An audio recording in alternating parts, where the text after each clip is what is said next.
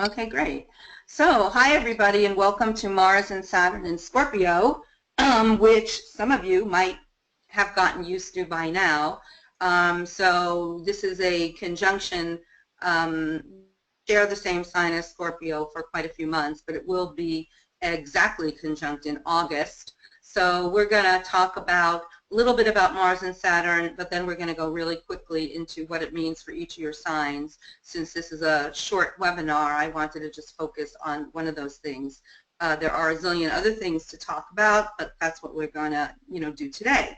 And hopefully there'll be some questions at the end as well. Just for a quick introduction of who I am, I've been doing astrology for for over 35 years. That's how old I am, and I went to India to study Indian astrology as well. And I have studied many different systems in addition to astrology. I learned palmistry when I was in India, and I'm based in New York City. And at the end, there will be information on how to contact me. This is my website, this is my email. And I've been all around the world doing conferences and webinars, and well, webinars I do at home, but I've been at conferences and groups in many different countries. I'm the author of several books. The last chapter I wrote for a book, which I'm quite proud of, is called Indian Astrology, and it is in an academic book called Religious Transformation in Modern Asia. And I currently am an editor of several publications, but the NCJR member letter. I'm on the faculty of ACFA, and I guest lecture for the Sophia Center Distance Learning Program in Cultural Astronomy at the University of Wales, and I lecture on Indian cosmology and astrology. And my greatest accomplishment for me was going back to school a few years ago to do a master's in South Asian languages and cultures at Columbia, and my master's thesis was a translation and analysis of 5 chapters on women's astrology called Stuti Jataka in an early Sanskrit text called Vriddha Yavana Jataka. So that's just, quickly who I am, and I'm just going to stop my webcam now to move to the lecture so that I don't overstress the bandwidth. And then at the end you can see me again. Okay, so Mars and Saturn in Scorpio. So Mars conjoins Saturn, I'd say approximately every 29 or so years for about 45 days, because Mars travels through a sign in around that time, 42 to 47, 45 days is kind of the average. And because Saturn goes through the zodiac every 29.5 years, Mars only has the opportunity when Saturn is in Scorpio to conjoin it. But when Mars is retrograde, what it does is it extends the period that Mars is in a sign or two. Sometimes it actually straddles one sign for 7.5 months, and sometimes it straddles a sign for 6 months if it's only in one sign. And here I see I already made a mistake. This should say Saturn. I will correct that before, yes, I will correct that before it goes on the YouTube channel. So due to the Mars retrograde from April 17th to June 29th, Mars will stay in Scorpio and therefore conjoin Saturn for a period of 6 months. I apologize for that. By conjoining, I mean that it shares the same sign. So that really means Mars and Saturn will share the same sign of Scorpio for a period of 6 months.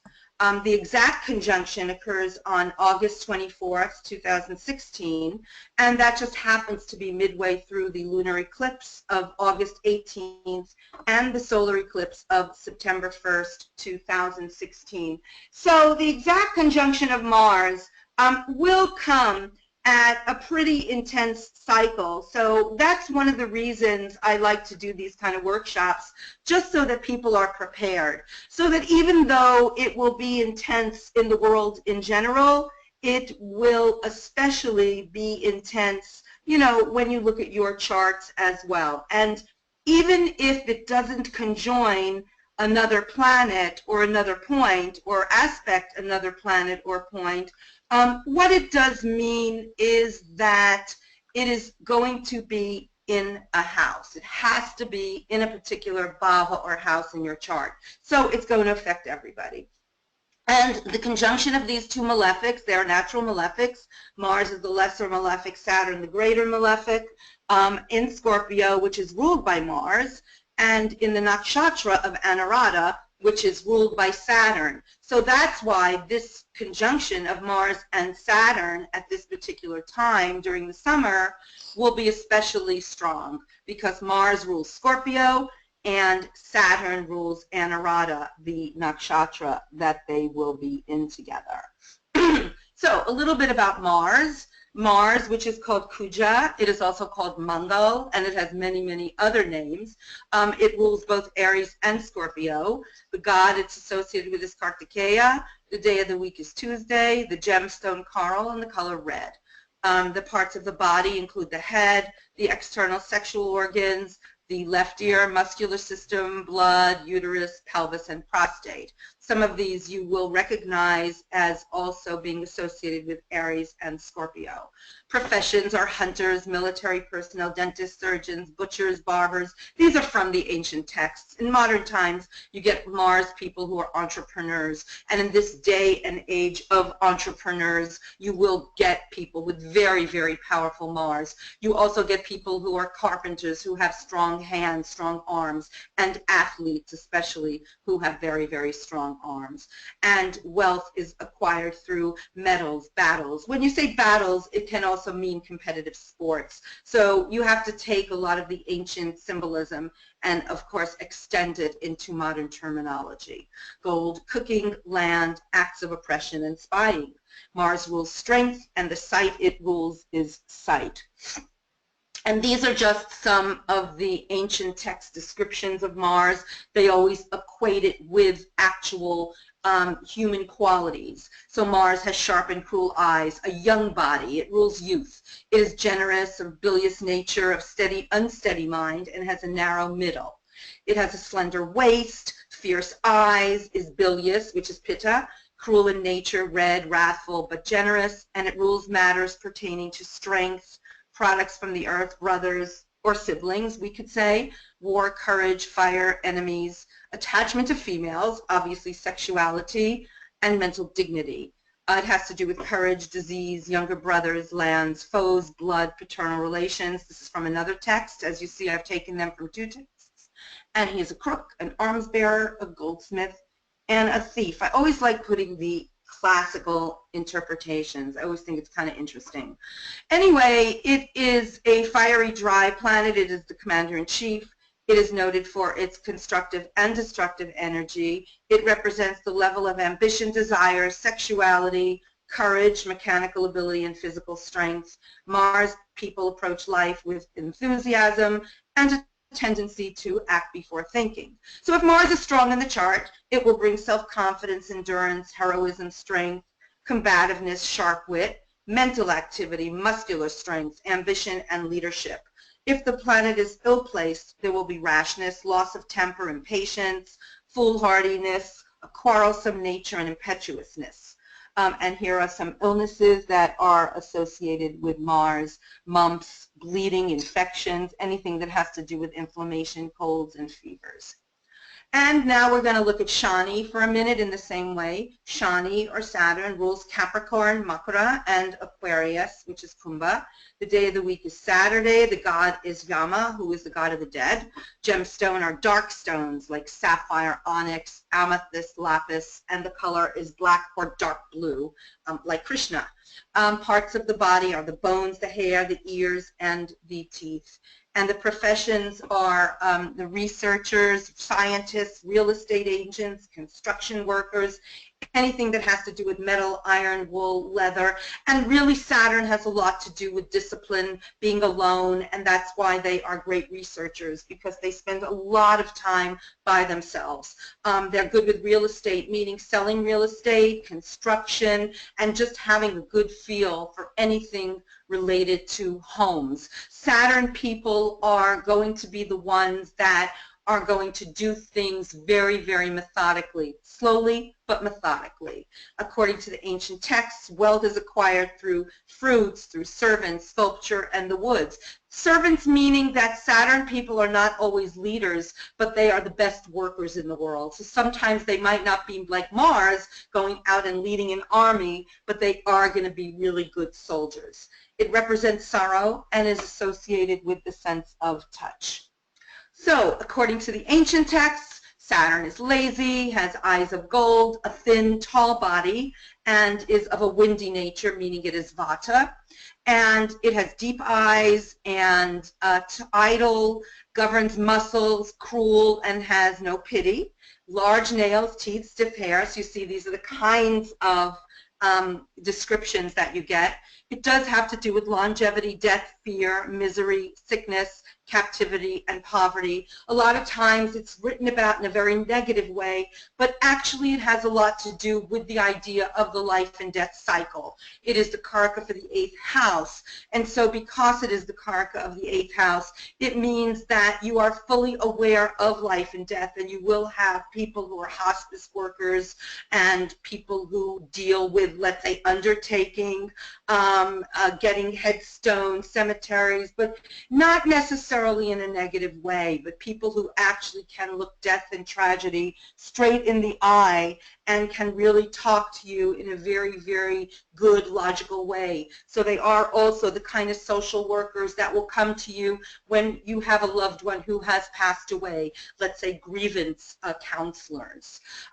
If it is well placed, there's prudence, frugality, self-control, loyalty, steadfastness, perseverance, industriousness. Saturn is something you need in your chart strong. You can have all the Venus and Jupiter in your chart, but if you do not have Saturn, you will not be able to take all that creativity and good luck and put it into form. So some of this I didn't put in this handout simply because it would have been too long, but the key to Saturn is form. And the illnesses associated with Saturn are arthritis, rheumatism, gallstones, slow-moving growths, and anything related to the knees, bones, teeth, and also the muscular structure. So when we're talking about Mars and Saturn together, the best description I always found of Mars, which is Pitta, and Saturn, which is Vata, is from Western astrologer Alan Oken, who talked about driving a car with the brakes on. So it can be summed up by the necessity to slow down. Let's talk about it in a nice way, in a positive way. When you're driving a car real fast and then you hit on the brakes, you can't go anywhere if you are not prepared for the traffic in front of you and you hit your brakes. You can easily rear end somebody else. Or the person behind you, obviously if they're doing this, will rear end you. I was once rear-ended. It is no fun. Your car has to be taken in, the insurance company pays for it, and there you go for a few days. However, if you are prepared for what's in front of you and you brake your car in a good time period, you will not crash or rear-end into the car in front of you. So the idea of Mars and Saturn is to do everything with caution. So the necessity is to slow down with Saturn, and even though you want to move ahead impatiently at a fast pace, you don't do it. There may be some delay, which will result in frustration, but it will ultimately be successful through perseverance and through determination. If you do not accept slowing down, you will be thwarted, and you will be thwarted with aggression and hostility and destruction through yourself and others. So the real key there is simply to slow down and be prepared. Scorpio, Vrishika, is a fixed water sign. The symbol is a scorpion. It is ruled by Mars. The moon is debilitated in Scorpio. It is feminine. It rules the north, sexual organs. The key words are passionate, intense, destructive, and relentless. So you have to add that to this idea of Mars and Saturn being determined and persevering. And as we saw, because Mars is in Scorpio and Mars and Saturn are both in Anuradha at the time they are exactly conjunct, this is going to be an extraordinarily intense period. And it will be interesting because the Summer Olympics are August 5th through August 21st. So Mars and Saturn will be there. Mars will be direct, And that means that it's coming up on that Mars-Saturn conjunction and in between the eclipses. So already, I had said this a long time ago doing the yearly charts, that those Olympics are a time to watch, mostly because of the fact now, as we see the Zika virus is there, the country Brazil, where the Olympics are going to be held, the president is being impeached. So I think that the aspects have really impacted. So remember, when a planet is retrograde, it's closest to the Earth and slows up its speed, so that it occupies the sign or signs it transits during that retrograde for a longer interval. Mars goes retrograde through a sign in approximately 45 to 47 days, but the Mars retrograde period lasts 71 to 72 days. And during its retrograde cycle, it can actually stay in one sign for about 7.5 months, or straddle two signs in almost 9 months, which is what we have now. So Mars, and remember, Saturn has already been in Scorpio. Mars entered Scorpio, or wherever it is in your chart, on February 20th, and it will be in Scorpio from February 20th to June 18th. In between there, it retrogrades on April 17th at 14 Scorpio, 54 minutes. But then between June 18th and July 11th, it will be in Libra, because it's retrograding back into Libra. It then goes direct on June 29th at 29 Libra, and it will re-enter Scorpio from July 11th to September 17th. So Mars will be together with Saturn in Scorpio from February 20th to June 18th, and from July 11th to September 17th. So that's a total of 6 months. It's exactly conjunct Saturn on August 24th, 2016. So what that means really is for at least a week prior to that particular date, you're really going to have Mars and Saturn fairly conjunct. I mean, really within orb, even though we can say that it's been having its effect all this time since February 20th. So it's exactly conjunct Saturn on August 24th at 15 degrees of Scorpio, 53 minutes, in the nakshatra of Anuradha, as we said, which is ruled by Saturn. Mars and Saturn will both be in Anuradha from July 26th through August 26th. So again, these are the dates of the Olympics. We have these two planets in a nakshatra ruled by Saturn. So Mars will be in Scorpio with Saturn for 6 months, whereas normally it will be there for 2 months. And Saturn, we know, is in Scorpio from November 1st, 2014 through January 25th, 2017. Saturn will retrograde back into Scorpio from June 22nd to October 25th, 2017. But for the most part, these are the dates when Saturn has been in Scorpio. Jupiter will enter Virgo on August 11th, 2016. That's going to help out the Mars-Saturn conjunction in our charts, as we're going to see, since they will all aspect Taurus. So that means that you have to look at where Taurus is in your chart. And I would always look at it from the position of Lagna and Moon. Because remember, the transits to your chart, which is what we're looking at now, we're looking at Gochara, where Mars and Saturn will be, that is always from the position of Lagna and Moon. And in a lot of ancient texts, it really is the position of the Moon, because that was really the Lagna that they took the transits from. If you look in Paladipika, you will see the Gochara section is really from the Chandra Lagna, but we're going to look at both. So wherever Taurus is, that's a good house for you, especially from August 11th through September 17th. Watch these dates. But when Mars leaves Scorpio, Jupiter will be held out Saturn in exactly the same way. So now what we're going to do is we're going to quickly go through the charts. Like I said, we're packing a lot of information in a half an hour. So this is the day that Mars and Saturn are actually conjunct. I see that my handout didn't come out that great, but the most important things you can see. I did this for the Lagna, each of the Lagnas. This is South Indian, North Indian. So this is for Aries rising. If your moon is in Aries, you can interpret it the same way. And what we're looking at really is the fact that Mars and Saturn are in Scorpio in the 8th house from Aries. So because they're in the 8th house of the life and death cycle, you want to see the fact that you may actually be confronted with some kind of longevity question, some kind of life and death issue. It doesn't have to mean that somebody close to you dies, but it simply means that you might be thinking about it. Maybe you're going to finally write out your will. And because the 8th house is also the money of the partner, it's unearned income, it has to do with anything that is going to be given to you in terms of money that is not what you work for. So it could be an insurance claim, it could be an annuity profit, it could be anything that relates to the idea of money coming to you. But it won't be without a fight because it's Mars-Saturn, or it just means you have to wait a little longer for it.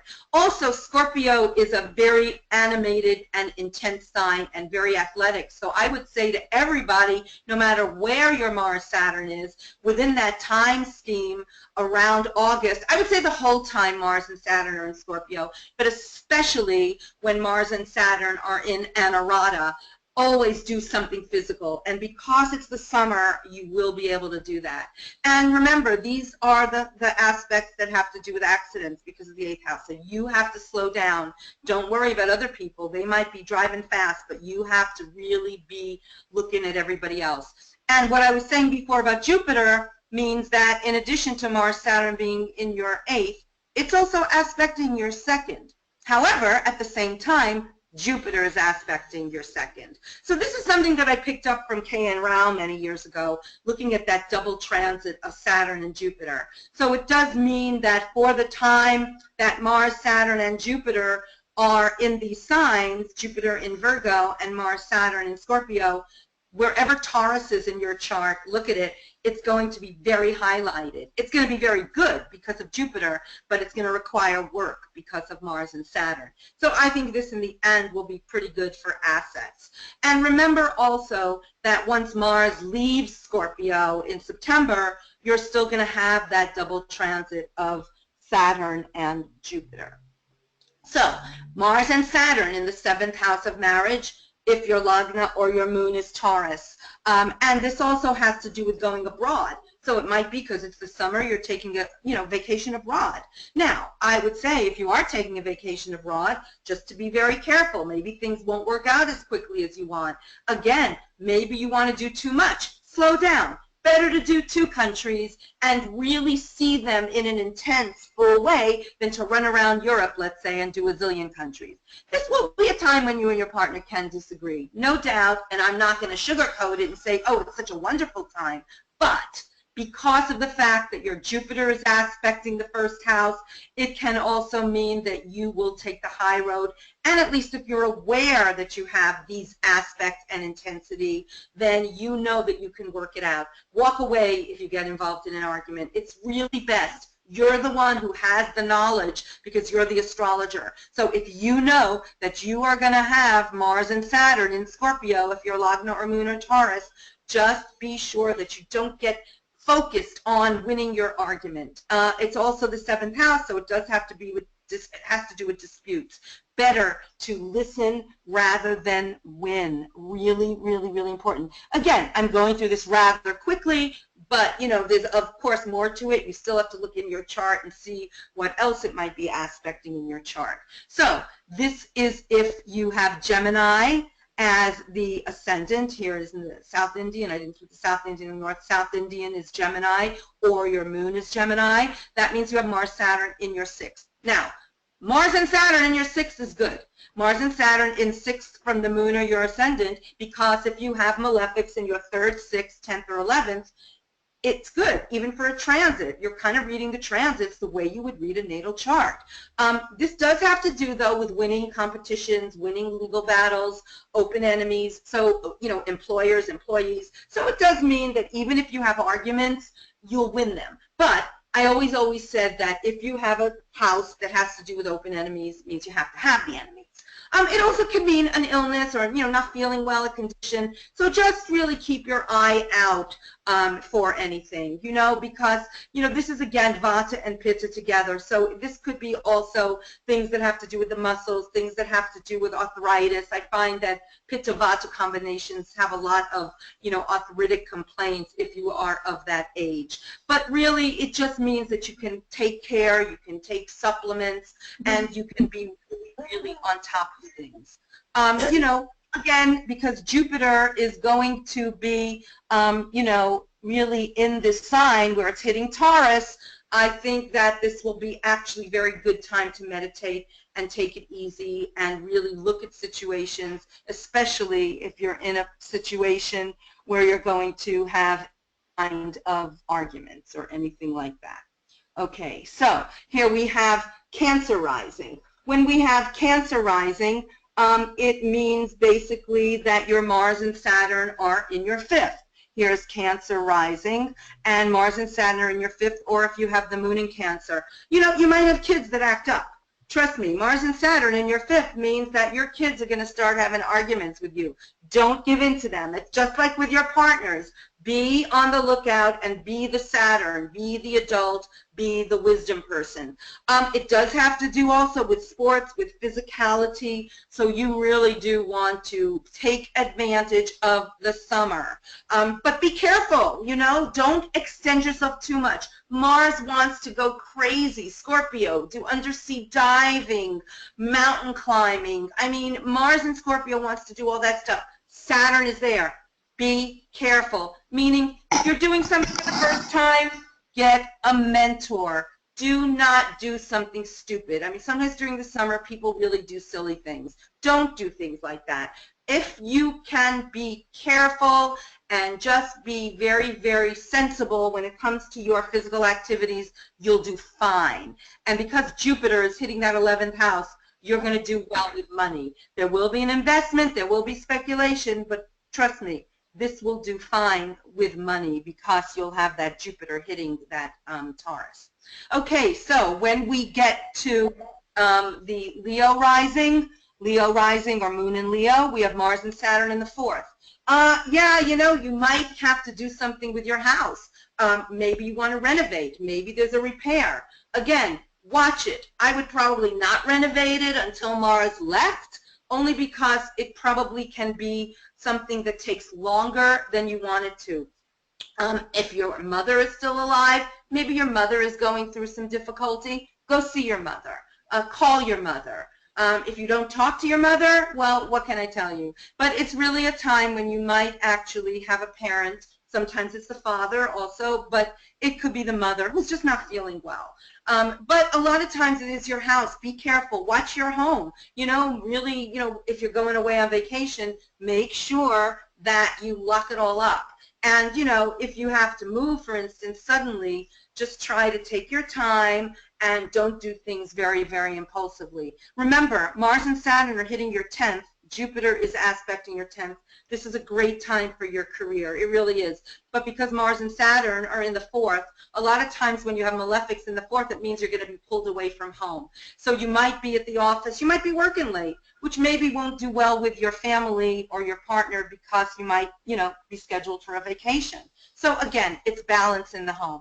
Mars, Saturn in the 3rd is actually quite good with Virgo rising because of the fact that it's an Upachaya house. So again, if you have the Virgo rising or Moon in Virgo, you want to though make sure that things are okay with siblings. You know, there again, just like Mars in the 7th house, there could be arguments, and those arguments are things that you really want to avoid, and you can avoid it. Again, Mars and Saturn are hitting siblings. They're hitting the father, they're hitting the guru. So there might be something going on with the guru. Maybe the guru isn't well, or the guru is delayed, or you can't get to the guru. Have patience. He will find you, she will find you, or you will find her and him. But also, it's a very, very good time to really pursue some good hobbies in the fine arts. It's really a great time to dance, to sing, to write, and go on trips, of course. You know, the Western thing is trips, but you want to be careful when you go on those short journeys. Again, take care, don't rush. It's always, always very, very important. When you have Libra rising or a Moon in Libra, Mars and Saturn are going to be in the 2nd house of money. So again, you will have money to spend, but you're going to probably want to spend too much. You're going to want to spend impulsively, so just be a little bit careful. Jupiter's coming into the 8th. So you will get some assets. You will have something coming to you. But I think with Mars and Saturn, you want to be a little bit more careful. You want to watch what you eat. It's the house of appetite. So sometimes you might eat too quickly, especially since August is vacation time. Certain foods might not agree with you. So I would just be a little bit more careful about what you eat. And again, because it's the house of speech, for that time, watch arguments. You're going to really want to express yourself and win an argument, express your opinion. Do it in a much more subdued way and don't really put that much emphasis on arguments. Then if you have Scorpio rising, obviously that Saturn Mars is in your first house. And for those of you that have Scorpio rising or moon in Scorpio, you know that you've been hit because everything seems to come at you. You seem to be attracting arguments. You seem to be really wanting to get out there and just do. Listen to that Saturn, put the brakes on it, and you will do great. Jupiter is aspecting your 7th, Mars and Saturn are too. So in the end, your partner will be helpful. Do not dismiss him or her. Ask him or her for advice. It's really, really important. You are going to have a lot of energy, a lot more probably than your partner. So just watch it. Do things by yourself if you have to. Saturn in the 1st. You can do things for yourself, but always ask your partner. They will want to know that you're respecting them. If you have Sag rising or moon in Sagittarius, it really means that Mars-Saturn is going to be in that 12th house. So Sagittarius people who are normally extraordinarily ebullient and want to do things, they might really be feeling that they don't have the energy they did. And that's okay. The best thing is always to acknowledge the Mars-Saturn or acknowledge any transits and give into it. This is a great time for meditation. This is a great time for spirituality and is really a time, if you go to foreign countries, again, you have to just make sure you pace yourself. Don't go crazy with that Mars. Better to have a couple of sites that you see and you see them very intensely rather than running around and not seeing them intensely. And remember, this is expenditures. So this is a time you should be saving money, not spending it. And so take the cheaper trip, you know, you'll still have a good time. Okay, Capricorn rising or moon in Capricorn here, over here. That means Mars and Saturn are going to be in your 11th. It might have to do with older siblings that you get into arguments with, but it also has to do with money. And again, it's an Upachaya house. Mars and Saturn in the 11th is a good transit.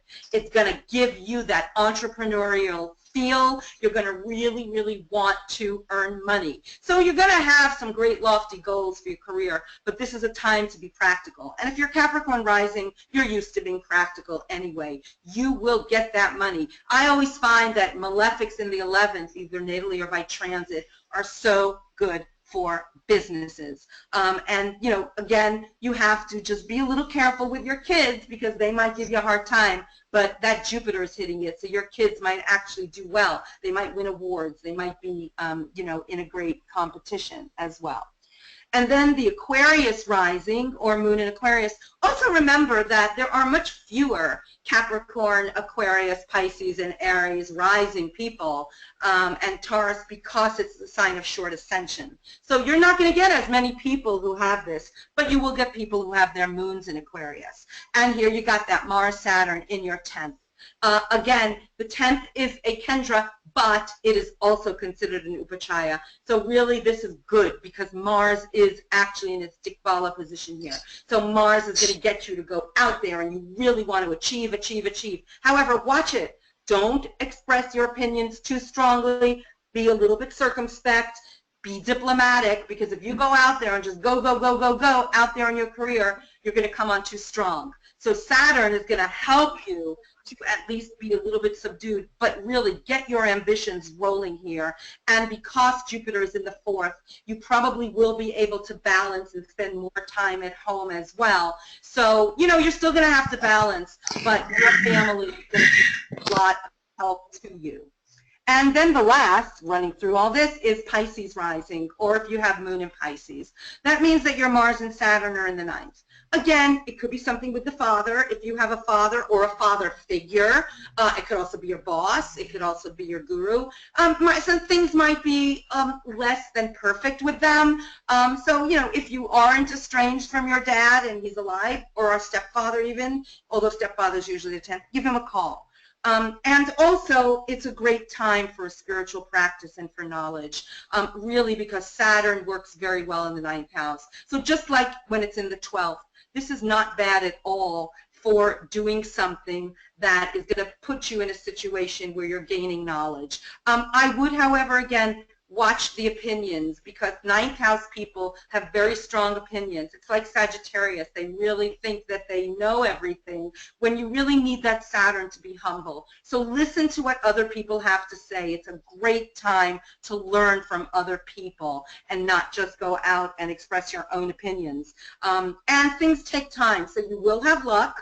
You will have that luck, but you have to just watch it a little bit. And remember, Jupiter is going to be in your 7th house, and it's going to be aspecting the 3rd. So you will have some good assistance, I think, from gurus and from partners. Okay, so went through that quickly. I ran over by, okay, almost 5 minutes. It's not too bad. So I just wanted to say that this is my information. You can book a reading or find out about my services by going to my website or emailing me. But also, I'm going to be doing a Mars retrograde webinar this Tuesday night. It's $25, and you get the recording and you get the webinar. It's for 90 minutes, and you can always sign up, you know, by going to my website and signing on to my newsletter. And if you want to be placed on my newsletter, which you will get, that's really the best way to learn about anything that I'm doing, and you can do that by going to my website. So I guess that's it, except for now questions, and I am going to share my webcam now. So thank you, guys. There's so much information, and I apologize for that first page, which has to be changed to Saturn. So Angela. Ronnie, thank you so much. This was fantastic information, and I think I'll have to confirm this with Dr. Bill, but I think we're going to go ahead and release this webinar to all of the attendees so they get an immediate copy and they can review the information. Dr. Bill, could you speak to that real quick? Yeah, that process is fine, Angela, and you can explain to them a little bit more how that may come about. That's a good process. Okay, so we've been holding the webinars because we want to upload them to YouTube, but we've been having some challenges with computers, and that's been creating a delay in getting the webinars uploaded to YouTube.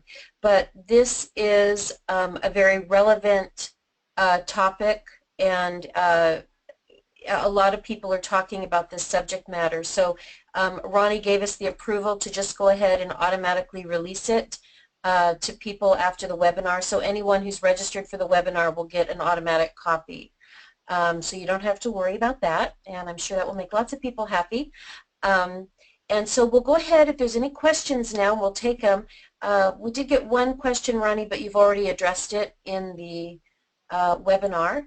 So we'll give a couple of minutes for people to type up any questions they have. Oh, here we've got one right here. Okay, so Ronnie, your first question is, how much emphasis do you give to the transit vis-a-vis the operating dasha and antardasha? Good. Okay, it's a really good question because I find that a lot of people, for some reason, when they start studying Vedic astrology, pay more attention to the dasha than the transits. And if you look at any of the classical texts, I mean, this is always why I tell people, you know, read us Western authors to start with, because it's hard to digest. But then when you kind of feel like you've done a lot, you know, go to the translations of the ancient texts, and what you will see are transit chapters, the same as you will dasha chapters. So I look at the dasha as like the framework, and then I look at the transit as like the actual oomph that tells you things. I think that if you are, for instance, in a really difficult dasha, or you're in a Saturn dasha, obviously, or a Mars dasha, or antardasha, the thing is that any transit is going to be more intense if you're in the dasha of that planet. That, I think, for those of you who've done level 1, it's totally in the modules there. So I think that you have to always look at the dashas and transits together. But I don't look at it necessarily as one stronger than the other, just that one is the framework and the other is kind of like the oomph. So if you're in a difficult dasha, I think a difficult transit is going to be, of course, more intense. If you're in a really good dasha, then you're going to have maybe an easier time. But Mars Saturn is still there. I mean, don't ever get too complacent, because that's what Jupiter does sometimes. You're in Jupiter's dasha, maybe Jupiter's good in your chart, you think, oh, nothing can happen to me, and trust me, that's never the way to look at it. So I think you have to look at both, always, and everything else too. But I would definitely say that one is the framework and one is just the actual manifestation, because it's what's really in the sky. It's the actual planet doing the work. So wonderful. The next question is, how will exalted Mercury play into the analysis of what's happening? The exalted Mercury. Okay, so the point is that when you are looking at everything here, and of course, like I said, it's like really quick. I was just looking at the Mars and Saturn, and I was just bringing the Jupiter in basically because of the double transit. But yes, Mercury will be exalted from, I'm looking at my ephemeris, from August 20th, but then it's going to be retrograding August 31st. So we have a whole other issue going there. I think that everything is going to have an effect, especially Mercury, Venus, and Jupiter are all in Virgo, of course. But I think that those main three planets are affecting the Mars-Saturn more than anything. I think the Mercury is going to obviously affect where it is in your chart, but I'm not sure it's going to alter the intensity, of Mars and Saturn. It's a good question. I have to think about it a little bit. But I think that maybe the retrograde Mercury is going to impact the exaltation of it, because that's from the 31st of August through the 22nd of September. So that's interesting. I mean, Venus will be debilitated too, remember. But when Venus is debilitated in Virgo and Mercury is debilitated, then you get a Nichabanga Yoga, because Venus is in the sign of the Mercury debilitation, Mercury exaltation. So that's interesting. So yeah, I would look at the whole chart. It's just for this webinar, I had to just focus on just a couple of things. I think the Olympics will be interesting, though, for sure. I wonder if they're going to be held in Brazil. Might be an interesting thing to look at Brazil's chart. So. Yeah, that would be interesting. Okay, so the next question is, does the conjunction of Mars-Saturn influence people with Mars-Saturn conjunction in a natal chart in a different way than people without that conjunction in their natal chart? Yeah, that's a great question. It's a great question, really. I get this all the time when I do lectures on retrogrades. Does Mars retrograde have a different effect on people who are born Mars retrograde or Mercury retrograde? What I would say to you, all things being equal, obviously you have to look at your entire chart, but I would say that if you're a Mars-Saturn person, then you're aware of that kind of energy. So you are aware of the fact that maybe you always know that you have these two sides, that you're going really quickly, but then you have to put a brake on it. Mars-Saturn people are extraordinarily also determined, because you get that Saturn really helping the Mars to focus. If you're into Ayurveda, think about Pitta Vata or Vata Pitta. But the point is that you are used to it. I find that Mars-Saturn people, and maybe this is good, especially when you're in a Mars-Saturn transit, which I said in the beginning, is that you should always do something physical. But when you do physical activity, you have to do that because Mars-Saturn is pent-up energy. You want to let loose. But again, I'm going to say with a strong, strong disclaimer that you have to have a mentor if you're doing something that you've never tried before that's a little risky, or you have to just be careful. Don't do anything stupid. I mean, if you know that sharks are in the water, don't swim far. Just, silly things like that, but it's really important. But I would say if you have a Mars-Saturn conjunction, even if it's not even getting aspected by that Mars-Saturn Scorpio, it means that you are actually used to that energy. So you might be able to handle it because maybe you're not you're always expecting to kind of have to slow down. So I would say that would be the way it would affect you differently, is that you're already aware of that energy. So it might be just as frustrating, but you might be able to handle it, I don't know if you've already found that out with the Mars-Saturn in Scorpio. I don't know how close it is in your chart. Okay, let me see here. We've got several more questions popping in. Oh, okay. I've got a couple of questions concerning Sati Sati, and one of them also brings up a Saturn return. So how are people, Ronnie, I'm reinterpreting a few of these questions into one. How are people who are in Sati Sati being affected, and also people who are experiencing their Saturn return, and maybe at the same time? Yeah, I think the thing is that, I mean, that's always the problem with doing these really quickie webinars, is that the most important thing is that you always have to look at your own chart. I mean, that is so important. Know yourself, know your chart. So what I'm telling you is completely viable for each of the ascendants and moons, but then obviously you're going to put in your own thing. Now, if you're in Sati Sati, and again, I tell people, don't get crazy from a 7.5-year Sati Sati. We all go through it at different times in our life, sometimes twice, 3 times, 4 times, depending. But it's not the disaster it has to be. I would say if the Saturn Mars is hitting your moon, that would be the Sati Sati question, because it's really the moon that's being affected by Sati Sati. So you really just have to see if that Mars Saturn is hitting your moon, and then you really would look at your moon. See what your moon is doing in your chart. See if that moon is getting anything else that is allowing it to flourish. If it's not trapped in any kind of Papakatara yoga, maybe it's in a very nice Shubhakatara yoga, maybe it's in a very beautiful exaltation, maybe it's Vargotama. So the thing is that I think that if you're in Sati Sati, you have to take that Sati Sati, know that generally Sati Sati for me just means things may go slower than usual. So during the Mars Saturn it might be even slower. So I think that's really all it is. And just look at it if it's in your moon. So you have to really see what it's doing in your chart, and then just kind of work with that energy. Saturn return, if you have that Saturn Mars and it's hitting your Saturn, then yeah, I think anything that Saturn return represents, which is a new cycle of Saturn. I mean, it's a cycle of maturity, Saturn. But in Vedic astrology, I look more even at the Saturn maturity than the Saturn return, which is between 35 and 36. To me, that's kind of like the Vedic equivalent of the Western Saturn return. And whichever you're using, the Saturn return or the Saturn maturity, it is a maturity period. So it might allow you to handle that Saturn Mars a little bit better.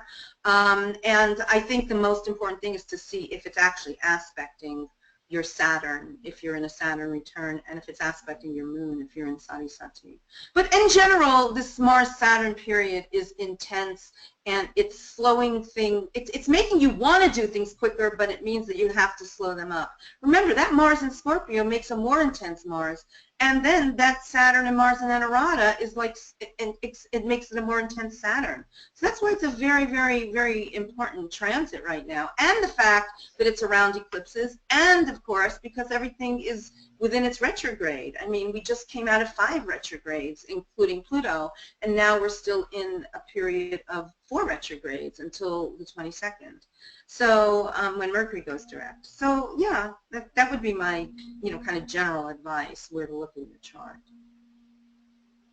Ronnie, I wanted to ask you, we're getting a lot of questions, but we're running out of time. And I'm noticing a lot of the questions have to do with the retrogrades. And I know you typically do a retrograde webinar. I've taken several of them, and they're excellent.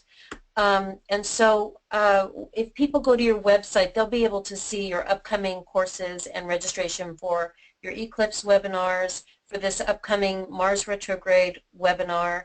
Is there anything else that people might be interested that they could register for around this subject matter?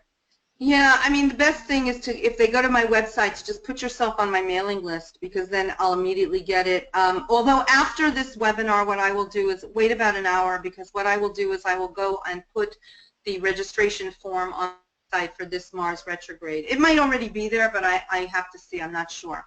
If you're in the Hartford area, if you're in Hartford, Connecticut, I'm going to be doing a 2-hour lecture at 7 p.m. this Thursday on the 19th on retrogrades, all the retrogrades, but I will focus, of course, on Mars and Saturn. And I have some webinars I've already done. I did a kind of sensitive degrees webinar that I did in January that's still for sale.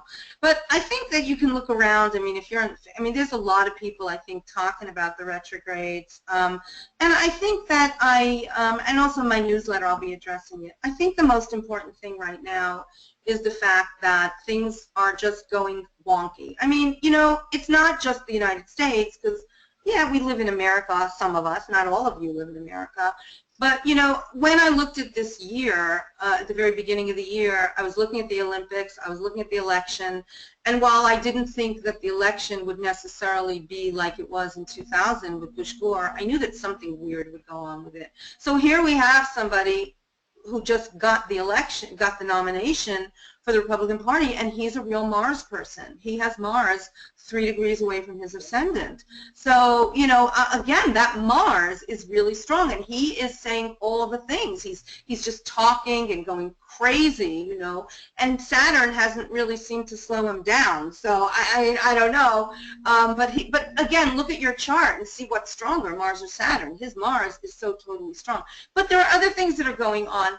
A Muslim mayor was just elected mayor of London. I mean, that's a big thing. So we have all of these, you know, kind of interesting pioneering thing. You know, again, I left things out of the webinar, obviously, but Mars is a pioneer, you know, and this is like a first that the Muslim mayor was elected. So it's not just America. It's really, you know, all over the place, and it will continue. I think retrogrades, as opposed to the Western idea of retrogrades going inward, the idea of the retrograde, and I think I said this in this webinar, there are two things. They slow down. When you have a retrograde planet, it's because things slow down. And the other thing is that they're closest to the Earth. So right now, you know, Mars is moving close to the Earth, and it will be at its closest point to the Earth during the opposition or the Sun-Mars aspect, which will be on the 22nd of May, and that will be halfway through the retrograde cycle. So if the retrograde cycle is between April 17th and June 29th, you know that that opposition is going to be halfway through, and that's when it's closest to the Earth. So that May 22nd date is important because it's when Mars is moving closer. So I am expecting, you know, other weird things to be happening, and of course you're always on the lookout, you know, for terrorism, but it's not just terrorism, it's other things. I mean, you know, the price of oil this year has been very weird with Scorpio, and, you know, there's a lot of underground things, you know, the fracking has been really in the news, and I think also just the whole idea of, you know, things not going according to plan, you know, in terms of, I think, politics all over the world. This is kind of an interesting, just an interesting cycle, you know, what to expect. It's like a lot of planetary phenomena at once. So yeah, that's the thing I would recommend. But you know, you know, the thing is that I'm not the only one who talks about all this. So if you're you know, getting, you know, if you're on Facebook or you're, you know, if you're on Jyotish lists and things like that, you'll probably see that people are talking about this a lot. Yeah. So. Well, thank you so much, Ronnie. We really appreciate you coming here this morning and sharing your knowledge for free. We have so many wonderful people come through, and I know these webinars are getting very popular, and we really appreciate it. For the folks who attended, thank you for taking time out of your schedule, checking in to our webinar. Like I said, we will be releasing this to all of your email boxes shortly. And do check out Ronnie's website and watch for more upcoming webinars at ACFA. Yeah, thanks so much. I think ACFA is doing really a great service by doing this, and I hope you get your YouTube channel fixed soon, because, you know, really YouTube is a great place to look up. I mean, if for those of you that haven't gone to ACFA's YouTube channel, there are still some webinars that are there. Angela did a great webinar on Nimitta, and Shobha did a wonderful webinar on the astrological mythology. So Lynn Buddhist did a wonderful lecture on Rahu. So you can go, and if you go to YouTube, just search, you know, for American College of Vedic Astrology, and you'll go right there. So whatever, I mean, you do have things on there that if people haven't seen them, they should really go and listen to them and view them. They're really great. So wonderful. Yeah. Well, thank you so much. Dr. Bill, did you have anything to say before we wrap up? No, I just want to reiterate what you said about what a wonderful job Ronnie did, and we're really happy to have been able to have you share your knowledge with us, and we look forward to sometime in the future doing this again. Great. And if there's anything last minute before we go, if any of the organizers want to add anything about Mars and Saturn, go ahead, because I'm certainly not the only one who knows things about this. Any good advice on closing? Yeah, breathe. Right. Bill? Yeah, I think we're running out of time here, so I think you Oh, made a okay. really good point about how that analogy you were mentioning about the brakes and the accelerator at the same time. It's just figuring out how to balance those apparently opposing energies into some kind of integrated approach. So. Yep. Great job, Ronnie. Thank you. Thank you to everybody for coming. I hope I got to your questions and gave you good answers. It's hard. We'll stop the when you don't have- recording now, and thanks again, Ronnie. Bye-bye. Okay.